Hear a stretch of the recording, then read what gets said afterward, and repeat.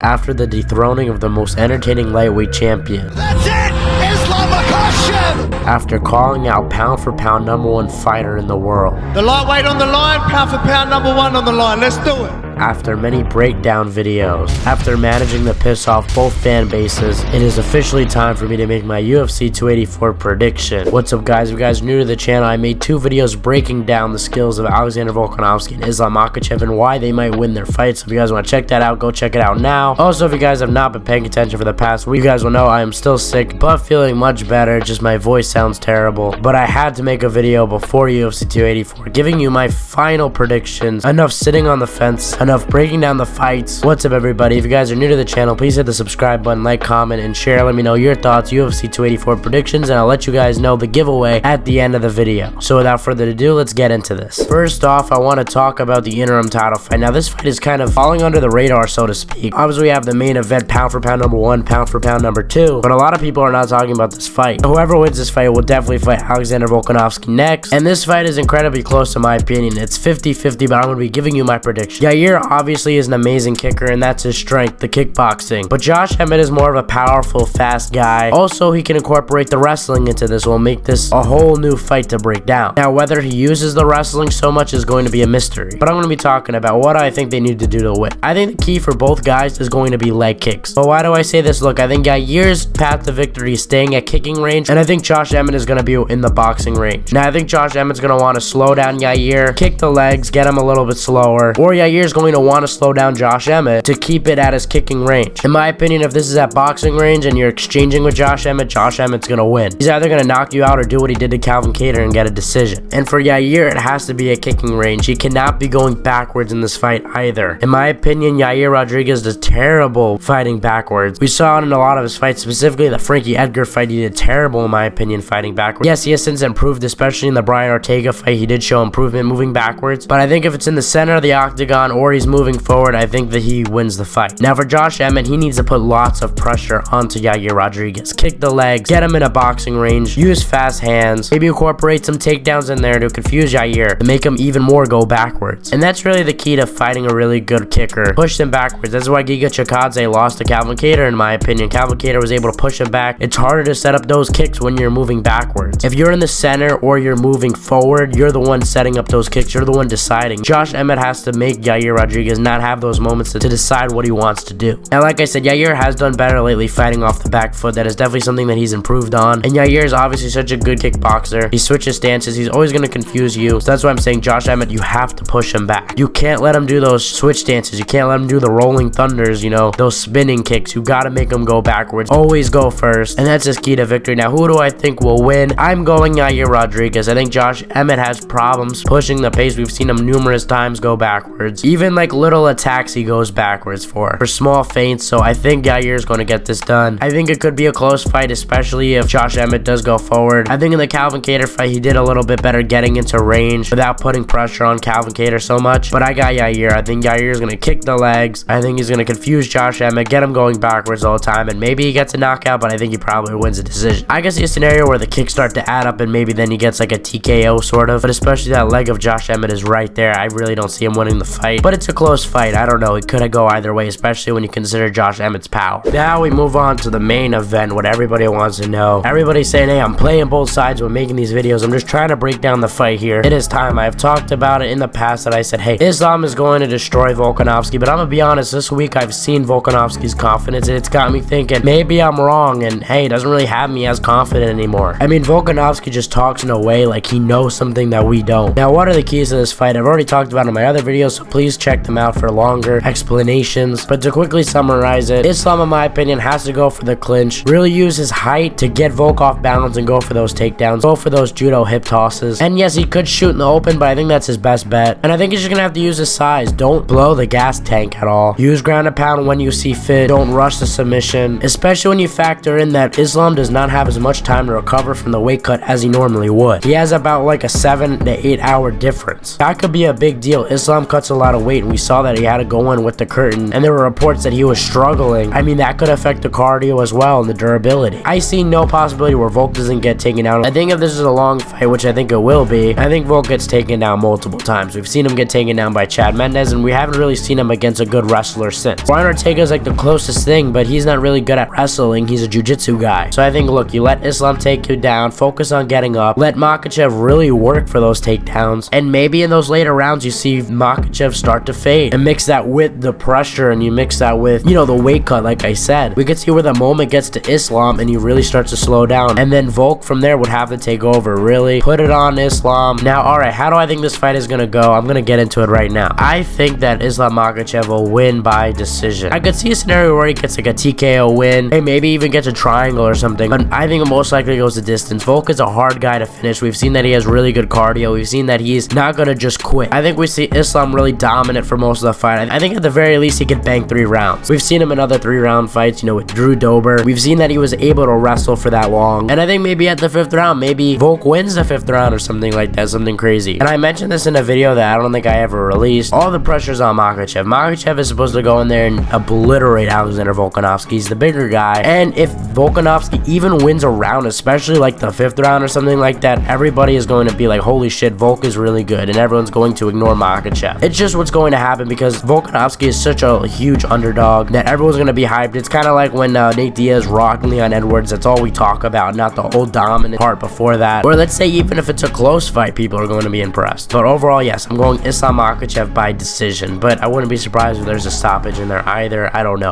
But I'm pretty confident in Islam, just because we've seen Volkanovski get taken down so much in the past, and Islam is a new level and he's too big. I mean, Volk isn't really that big for featherweight, so as much as I want to root for the underdog, I'm gonna have to go Islam Makhachev. Alright guys, thank you guys for watching, and now let's get into the giveaway. If you guys watched this far, thank you guys for watching. So here's the rules for the giveaway. We did this last pay-per-view. You guys could pick the main or co-main event, or you could do both and tell me who wins, how, and what round does it happen in. The comment can't be edited. You have to be a public subscriber, so I have to be able to see. Make sure you have the setting on that your subscriptions are public. And also, last rule, you have to put your Twitter handle so I can make sure that you posted this video with the hashtag UFC 284. So the rules are going to be in the description just in case I explained it terribly, so I could just have it more written, and the winner will win an Amazon gift card. Anyway guys, I hope you guys enjoyed this video. Please leave a like if you did, and I'll see you guys in the next one.